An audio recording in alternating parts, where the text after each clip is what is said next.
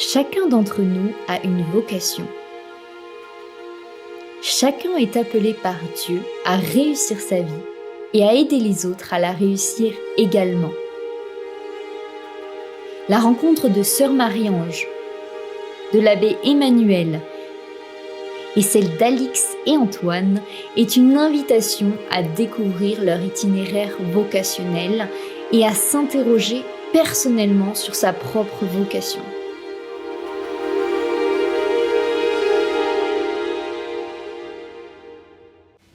Et je vais oser vous dire que je ne peux pas, parce que ce n'est pas une évidence en soi.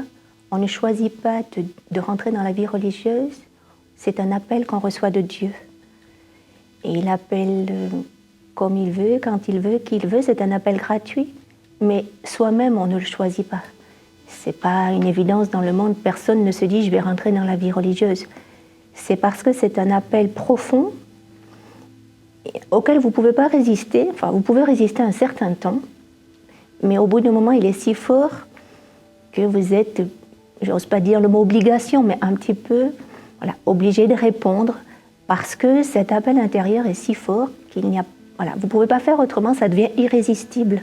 Mais je ne peux pas vous expliquer en soi comment on répond, comment on choisit, parce qu'on ne choisit pas, c'est Dieu qui nous choisit, c'est lui qui nous appelle. J'avais en tête que la vocation religieuse était la vocation par excellence, l'autoroute vers le ciel. Et autant prendre cette autoroute et donc autant être religieuse. En fait, mon chemin, et notamment grâce à Antoine, a été de découvrir combien la vocation vers le mariage était belle et combien c'était une vocation à la sainteté à part entière et aussi combien elle n'était pas du tout plus facile. C'était une idée aussi que j'avais en tête. Je me disais, c'est pas assez difficile pour être une vraie vocation à la sainteté. Et je réalise aujourd'hui que c'est parfois presque plus difficile et plus exigeant, pour moi en tout cas. Et voilà, donc ça a mis beaucoup de temps pour moi de faire ce choix-là de la vocation au mariage. Par principe naturel, on est appelé à la vocation au mariage. Et qu'en fait, si on écoute un peu les désirs de son cœur, on peut suivre la vocation à laquelle on est appelé. Et qu'en fait, la vocation, c'est vraiment par attraction que ça se passe. Et moi, c'est vrai que j'ai beaucoup hésité entre la vocation au mariage et la vocation au sacerdoce. Mais je sentais que finalement, la vocation au sacerdoce, c'était plus une volonté de ma part de correspondre à quelque chose vis-à-vis de Dieu, etc. Mais que finalement, si j'écoutais tout simplement mes désirs, j'avais le désir de me marier. Une fois que j'ai eu la certitude que c'était ça, et ça a été vraiment grâce à l'accompagnement spirituel, et je pense que l'aide d'un père spirituel est vraiment nécessaire pour avoir du recul par rapport à son désir, enfin en tout cas d'avoir un regard un peu extérieur à soi. Il y a eu déjà l'évidence humaine de la rencontre avec Alix, où voilà, on est tout de suite, quand on s'est rencontrés, on est devenus assez vite des amis proches. On s'est très bien entendus. Il y avait aussi au niveau spirituel, pour moi c'était important de pouvoir partager ma foi avec ma future épouse et donc avec l'ami qui était Alix. Et c'est vrai qu'il y avait aussi tous ces facteurs humains pour moi qui sont très importants à prendre en compte. Et ensuite, je dirais qu'au-delà de tous ces facteurs humains, avec Alix, on a tous les deux pris un temps de retraite pour remettre tout ça entre les mains de Dieu et pour, dans le silence de nos cœurs pendant quelques jours, laisser Dieu nous parler, laisser Dieu nous confirmer que c'était bien sa volonté. Et on a tous les deux, chacun à notre manière, reçu notre confirmation dans le silence de notre cœur pendant cette retraite. Et je pense qu'enfin, après, Dieu a aussi parlé à travers des événements, à travers certaines choses qu'il a vraiment rendues très faciles, très fluides, au milieu aussi parfois d'un chemin de discernement qui était semé de quelques obstacles. Mais voilà, donc il y avait les événements, la retraite et l'accompagnement spirituel, au-delà de tous les facteurs humains qui sont très importants, qui sont la complicité, l'amour, le partage de la foi pour nous, et puis l'accord sur quelques principes de vie, si vous voulez, qui n'étaient pas trop discutables, comme le fait de vouloir avoir des enfants, de vouloir les élever dans la foi. Je pense que c'est très important d'avoir un accompagnateur qui nous apprend à faire des choix libres. L'appel au sacerdoce est arrivé vers l'âge de 17 ans. Quand j'étais jeune et adolescent, j'étais très timide. Et un jour, mes parents ont souhaité m'offrir un pèlerinage en Italie du Nord. Et je suis parti avec un de mes frères qui a 14 ans de plus que moi. Et au cours de ce pèlerinage, j'ai vu 5 séminaristes, 5 jeunes qui se préparent à être prêtres. qui étaient très heureux de donner leur vie au Seigneur. Je me suis interrogé, je me suis dit pourquoi pas moi. Et arrivé à Saint-Flour, d'où je suis originaire, eh bien, je voulais tout de suite rentrer au séminaire. Mais étant en train de faire des études de mécanicien agricole, on m'a conseillé de finir mes études. J'ai passé mon BEP, mon bac pro, et puis après, je suis rentré au séminaire en 1995, au séminaire de Toulouse. Alors nous, on s'est rencontrés avec Alix par l'intermédiaire d'une amie en commun. Cette amie qui nous connaissait chacun, qui nous a pas fait nous rencontrer, mais moi qui m'a invité à un événement qu'organisait Alix. Et voilà, et puis on s'est fiancés un peu après, 1 an et demi après, je crois.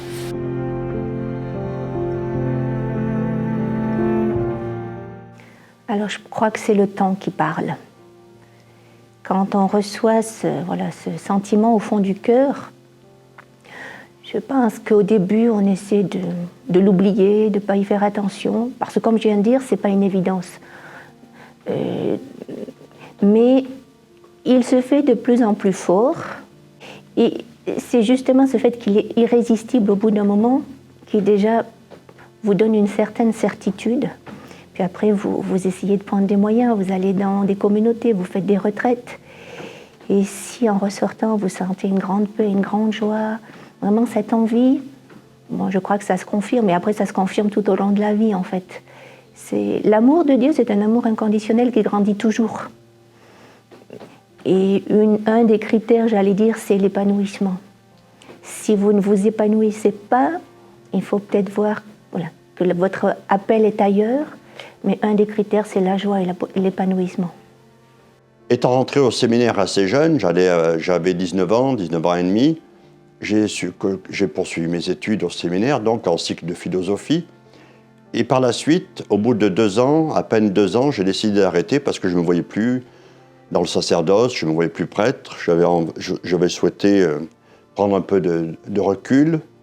Et je suis parti travailler à Paris, je travaillais dans le Cantal, sur Saint-Flour. J'ai travaillé comme ambulancier, mécanicien agricole, ambulancier. Et puis par la suite, j'ai fait une retraite de 5 jours à Ancalcat, l'abbaye, pour refaire un peu le point sur ma vie. J'avais donc 24 ans.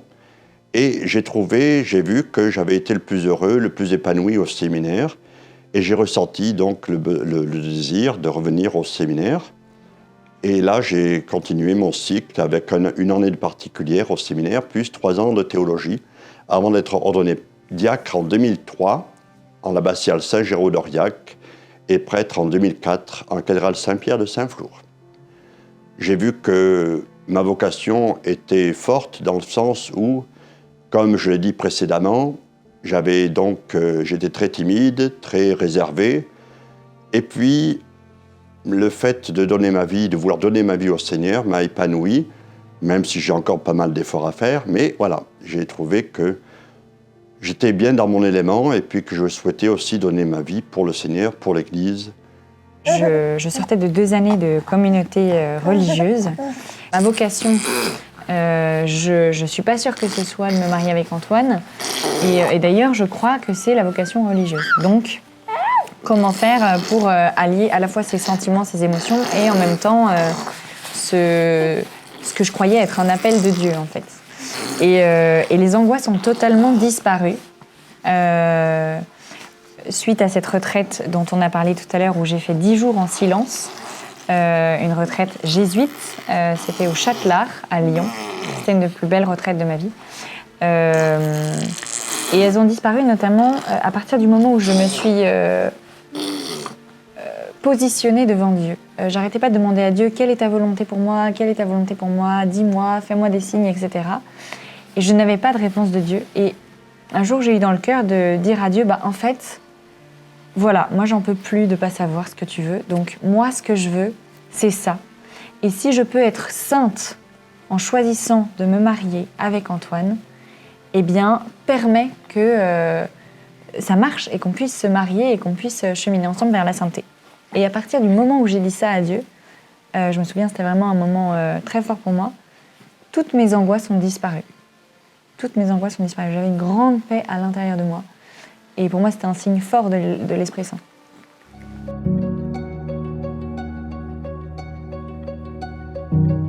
Le fruit de ma réponse à la vocation a été le fait d'être plus épanoui, plus heureux aussi, voilà, de pouvoir rencontrer les fidèles, les paroissiens, les jeunes, les moins jeunes, d'être proches. Et les fruits, mon Dieu, mais les fruits sont innombrables.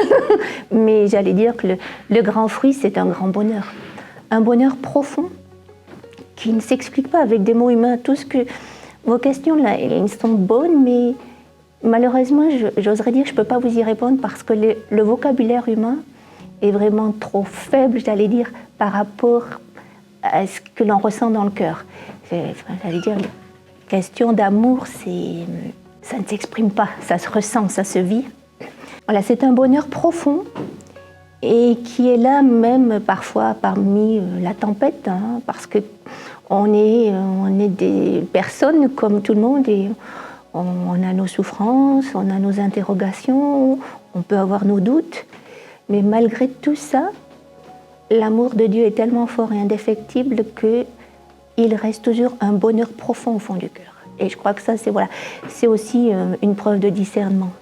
Je pense qu'il y a des fruits personnels et il y a des fruits de couple. Moi, je sais qu'au niveau des fruits personnels, Alix m'a appris pas mal de choses, mais celles qui me viennent tout de suite à l'esprit, c'est d'abord le fait de partager mes émotions, partager ce que j'ai à l'intérieur de moi. Moi, j'avais plutôt un tempérament qui me poussait à garder les choses pour moi, à pas trop partager mes émotions, surtout quand elles étaient négatives, à essayer quand il y a un conflit, à plutôt prendre sur moi pour pas qu'il y ait de conflit, etc. Et Alix a un autre tempérament qui m'a poussé et qui m'a permis d'apprendre grâce à elle à verbaliser les choses, à avoir moins peur du conflit, à avoir moins peur de se dire les choses. Le premier fruit du couple, je pense que c'est notre amour, c'est-à-dire que c'est apprendre à vraiment vouloir le bien de l'autre, à vraiment se mettre plus à la place de l'autre. C'est, je pense, quelque chose qui est très difficile. On a tellement des psychologies qui sont différentes, des tempéraments qui sont différents, des histoires qui sont différentes. Voilà, moi je me souviens, avant de rencontrer Alix, quand j'étais célibataire, je lisais l'Évangile et je pensais à la charité. Et je me disais, mais voilà, mon prochain, il faudrait que je fasse ça. Pour lui, j'avais plein de désirs, mais qui restaient théoriques. Là, je me dis, maintenant, c'est très, très concret. Cet amour, il se construit et on m'offre des possibilités de le construire chaque jour à travers Alix, à travers des moments de complicité, des moments de joie, des moments de rire et aussi des moments parfois un peu où je ne la comprends pas et j'essaye de la comprendre, de l'aimer, de la soutenir de mon mieux. Et les autres fruits, je pense, c'est notre foi qui grandit. Moi, je sens bien que notre foi se construit, ma foi en tout cas, elle mûrit. J'ai l'impression d'avoir une foi qui est, comme je le disais à l'instant, beaucoup moins théorique, beaucoup moins abstraite, beaucoup plus pragmatique. Et enfin, je dirais qu'un autre de ces fruits, c'est évidemment nos deux enfants, Joseph et Nathanaël, qui n'est pas là. Au début de notre mariage, ça c'est plutôt un fruit de couple, mais je me sentais pas sécurisée par son amour. J'attendais d'être aimée d'une certaine façon et je sentais qu'Antoine ne m'apportait pas ce que j'attendais. Et en fait, à partir du moment où j'ai accepté de ne rien attendre d'Antoine et qu'en fait, il était le mari que j'avais choisi et il était comme ça et que peut-être il allait jamais changer et que je décidais de ne plus attendre qu'il me sécurise, que je pouvais trouver en moi en fait tout ce qu'il y avait pour que je me sente sécurisée et que lui, il n'était pas censé m'apporter ça, il était censé m'apporter toute autre chose. Et je me suis sentie pleinement aimée par lui, par son regard, par tous ses gestes et comment dire, j'ai davantage appris à le regarder lui tel qu'il était. Antoine m'a vraiment appris que vivre à côté de l'autre, c'était pas simplement être en coloc. Et c'est vrai que ça peut aller de soi au début du mariage ou quand on n'est pas encore marié, mais quand on est marié, qu'on a vécu une grossesse, un accouchement, puis une autre grossesse, un autre accouchement et qu'on est fatigué, et en fait, facilement, moi, je pouvais juste avoir envie de me reposer quand j'étais à côté d'Antoine. Et c'est sûr qu'il fallait que je me repose, mais à côté, lui était vraiment source de propositions et à me montrer combien, en fait, vivre le mariage, c'est prendre soin de l'autre, prendre soin des moments de qualité avec l'autre et en fait se bouger et créer des moments de complicité, créer des moments qui nous permettent de nous retrouver, de pouvoir avoir des échanges en profondeur. Et Et en fait, aller un peu au-delà de nos fatigues, au-delà de ce qui pourrait nous donner envie de vivre des joies faciles, nous mettre devant un film ou geeker sur notre téléphone ou autre.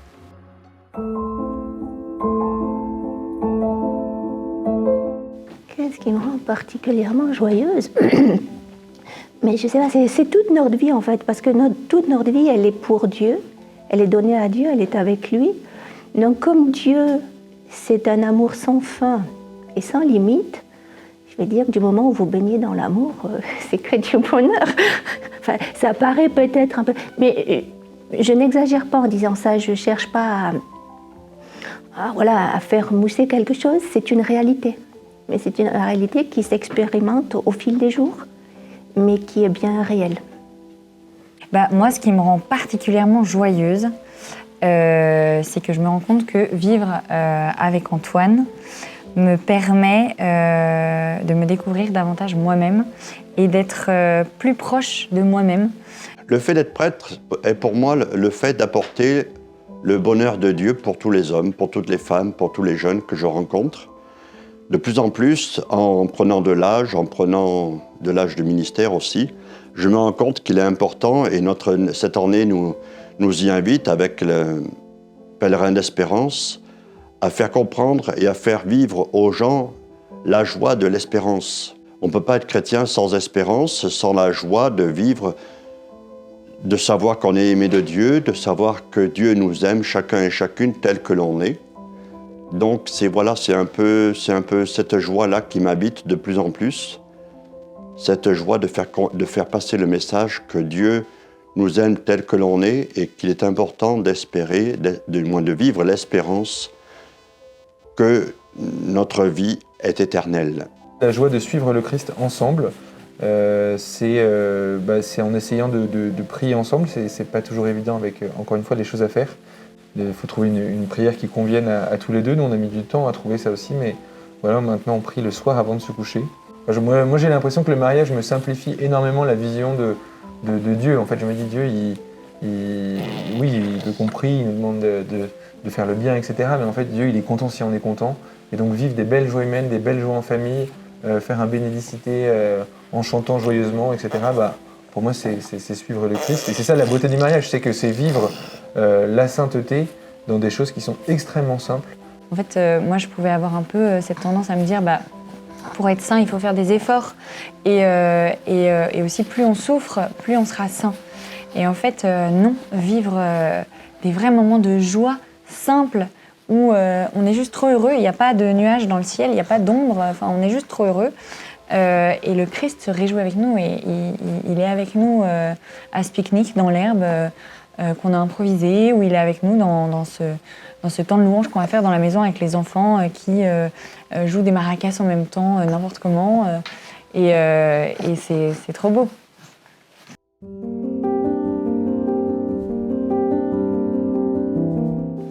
Dans les moments difficiles, même si on n'a pas la joie ressentie, le sourire mais elle s'exprime par une paix profonde. Dans les adversités, dans les épreuves, même si la joie n'est pas sentie, on est toujours avec cette paix profonde. Et dans la foi, on sait que Dieu est toujours présent. Même si, par moments, il est peut-être un peu caché, mais on a cette certitude qu'il est fidèle, donc il est toujours là. On en a vécu beaucoup des moments difficiles, que ce soit pendant la période avant les fiançailles, pendant les fiançailles et après le mariage. Au début, en tout cas. Un peu tout le temps, en fait. Notre chemin a été marqué par beaucoup de moments difficiles. Donc on sait ce que c'est. Une des clés, c'est d'essayer de communiquer, mais pour garder la confiance. Et moi, il y a une phrase clé que j'ai entendue, c'est se dire la personne qui est ma femme ou qui est mon mari, la personne que j'ai en face de moi n'est pas mon ennemi. Cette personne me veut du bien. Et garder cette confiance comme un trésor, essayer de voir quelles sont les pensées qui viennent fissurer cette confiance et la retrouver par la communication et par aussi, je pense que la prière. Il y a un prêtre qui nous disait « Dieu s'est engagé avec vous le jour de votre mariage ». Donc si on sent que cette confiance est attaquée, que Dieu s'est engagé avec nous, mettre Dieu dans l'équation. Oui. C'est exactement ce que j'allais dire, donc je te rejoins à 100%. Parfois, nous, on s'est retrouvés à parler jusqu'à même 3h du matin pour essayer de se comprendre, parce qu'on n'arrivait pas à se comprendre, etc. Et parce qu'on savait en fait qu'on devait se demander pardon avant de s'endormir, parce que sinon notre mariage n'avait pas de sens. Donc il fallait qu'on se comprenne pour pouvoir se demander pardon. Et j'ai envie de dire, rétrospectivement, peut-être faire davantage confiance à l'autre, effectivement, et se dire, l'autre n'est pas mon ennemi.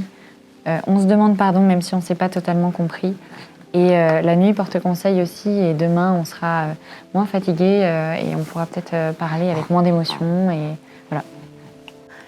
Les défis pour nous, contemplatives, ça va être d'être bien fidèle à notre vie, à notre charisme de prière. Et le danger, j'allais dire aujourd'hui, c'est peut-être justement de laisser entrer trop le monde chez nous.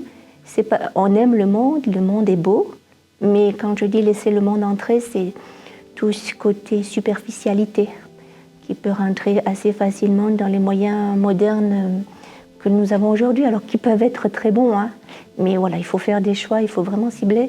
Et nous, on doit faire attention de ne pas se laisser happer par ces moyens, parce que notre vie, elle doit rester, j'allais dire, branchée, c'est pas un joli mot, mais sur le Christ. Et c'est facile, après, avec Internet, tous ces moyens-là, de se disperser.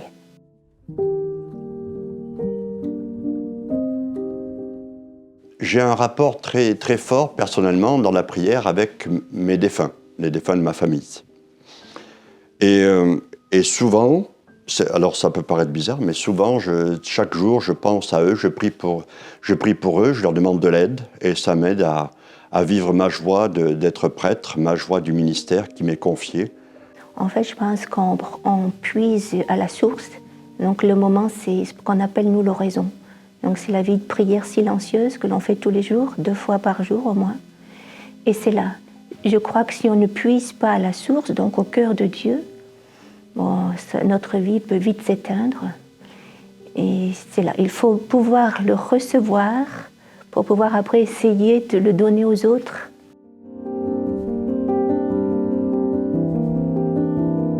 Alors une journée type, notre journée, elle est partagée, j'allais dire, un petit peu entre 3 pôles, si on voulait vraiment parler comme ça. La prière, la vie fraternelle et le travail. Et en soi, j'aime pas dire qu'elle est partagée parce que le tout se vit dans une unité quand même. Il n'y a pas de vraie vie de prière s'il n'y a pas de vie fraternelle. Voilà, c'est un, mais enfin pour pouvoir expliquer, donc nous avons plusieurs offices et plusieurs temps de prière par jour. Ça représente 6-7 heures au moins par jour. Après, le reste du temps est partagé dans la vie fraternelle. Donc nous nous retrouvons 2 fois par jour ensemble pour échanger. Et après, on travaille aussi ensemble dans la journée, mais en silence du coup. Et sinon, après, dans le travail qui est très simple, le travail d'une maison, ce qu'il y a à faire dans une maison, plus un travail qui peut quand même nous permettre à la communauté de vivre. Mais voilà. Mais j'allais dire, tout doit être unifié, justement, dans cet amour et dans cette vie d'union à Dieu. Journée type, c'est la prière du matin, les laudes. Ensuite, il y a l'Eucharistie, qui est souvent le matin à 9h. Le soir, eh bien, c'est un temps de prière personnel, ou parfois les vêpres, voilà. En dehors de mon ministère, depuis 17 ans, je fais du théâtre. Voilà, j'ai intégré une troupe qui s'appelle la troupe Feuilletée, qui est sur Saint-Amélie-la-Salvetat. Et je trouve que c'est très important puisque ça fait connaître aussi le prêtre sous un autre regard, sous une autre image, que d'être toujours dans son église. Et voilà, donc je trouve que c'est très, très enrichissant aussi de mon côté.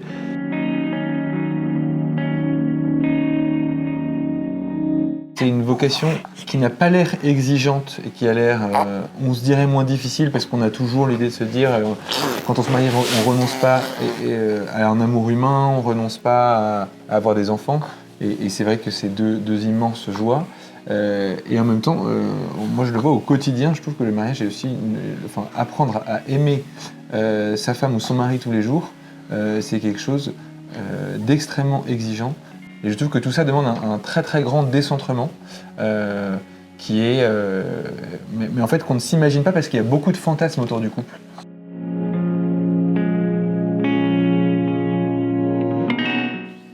Pourquoi la vie religieuse est importante? Parce que je crois qu'elle est un signe quand même. nous nous rendons compte que les gens que l'on peut rencontrer, on interroge. Et on est un rappel de la présence de Dieu au cœur du monde. Je pense que c'est ce qui est important, parce que nous, contemplatives, on n'a pas d'action, j'allais dire, visible à l'extérieur. Mais voilà, notre rôle, c'est de témoigner dans le monde que Dieu est présent, Dieu est au cœur du monde avec nous, et n'en est pas absent. Et que c'est pour ça que nous lui consacrons notre vie, pour rappeler et pour aussi, en retour, lui donner de l'amour que le monde ne lui offre pas aujourd'hui, forcément. Le saint curé d'Ars disait que le sacerdoce, c'était l'amour du cœur de Jésus. Le jour de mon ordination, j'avais choisi cette phrase aussi du curé d'Ars, « Aimer Dieu et être aimé de lui, quel bonheur !» Le prêtre, il est là donc pour faire passer Jésus aux autres, pour donner l'amour de Dieu aux autres. Moi, je répondrais que la grâce du sacrement du mariage, qui est une grâce invisible, mais qui est liée au sacrement du mariage, il n'y a pas de sacrement quand on devient religieux en tant que tel. La grâce du sacrement du mariage nous accompagne vraiment dans les moments difficiles. Je pense qu'à côté de tout ce thème de la grâce, il y a aussi le thème de la volonté.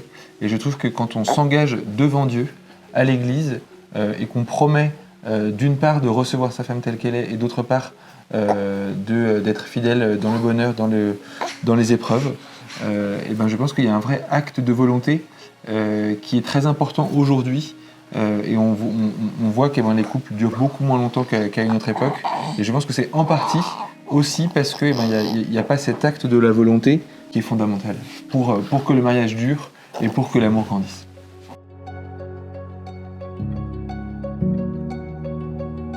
Actuellement, je suis la mère supérieure, mais j'allais dire, on est toutes sœurs.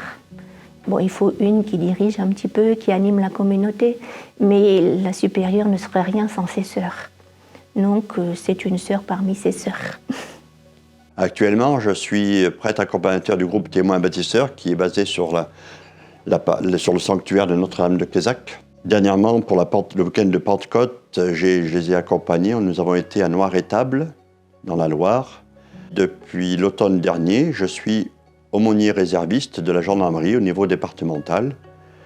Et ma mission est de pouvoir aller rencontrer les gendarmes dans leur brigade, dans tout le département.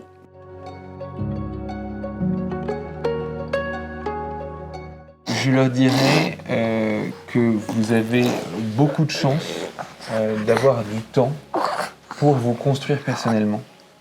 Et ne faites pas trop reposer votre bonheur sur l'autre. Une des choses les plus précieuses que vous allez pouvoir offrir à la personne que vous rencontrerez, c'est la personne que vous vous êtes construite, avec vos joies, avec tout ce que vous avez découvert. Et en fait, tout ce temps de construction prépare les joies que vous allez vivre. Et je pense que plus vous aurez appris à être bien sans avoir rencontré cette personne, plus vous serez heureux avec cette personne. Et je rajouterais que ça paraît peut-être facile à dire pour les personnes qui sont mariées, qui ont des enfants, de dire faites confiance au Seigneur, ça va arriver, et prenez du temps pour vous avant. J'aurais aimé pouvoir prendre plus de temps avant de m'engager avec Antoine, je me rends compte aujourd'hui. Ça nous aurait évité beaucoup de disputes, ça nous aurait évité beaucoup d'incompréhensions, de malentendus. J'aurais été davantage ancrée en moi-même, sécure, profonde, profondément. J'aurais davantage été juste moi.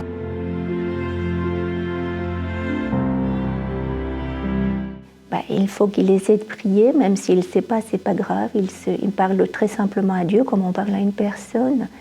Il peut peut-être rencontrer des communautés pour l'aider justement à discerner, aller voir dans plusieurs communautés.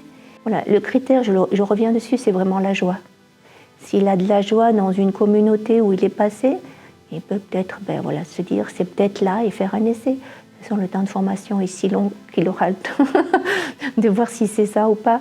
Mais s'il se pose la question, et à un moment donné, il faut oser faire le pas. Parce que si on ne va jamais voir, on ne pourra jamais savoir. Il faut un petit peu expérimenter les choses. Donc, qu'il n'hésite pas Prendre contact avec une communauté, ça ne veut pas dire que la communauté va le prendre, mais ça peut l'aider à un discernement. Peut-être est-il vraiment appelé à la vie religieuse, peut-être pas, mais plutôt que de rester dans le doute longtemps, il faut qu'il prenne les moyens pour aider ce discernement. Il est important de pouvoir faire le saut. Comme je dis souvent, dans la vie, on est en haut d'un trampoline, au-dessus de la piscine, et puis à un moment ou à un autre, il est important de pouvoir plonger. La joie, c'est de faire confiance à Dieu, à Jésus-Christ, à la Vierge Marie. Tu te confies à eux, et puis tu arrives dans la piscine. Et là, dans la piscine, eh bien, tu es tout heureux parce que tu as fait le saut, tu as fait le choix de vivre ta vocation. Et sache que le Seigneur t'accompagne tous les jours, même si des fois le temps est couvert, le temps est trouble, Dieu est avec toi car il t'aime tel que tu es.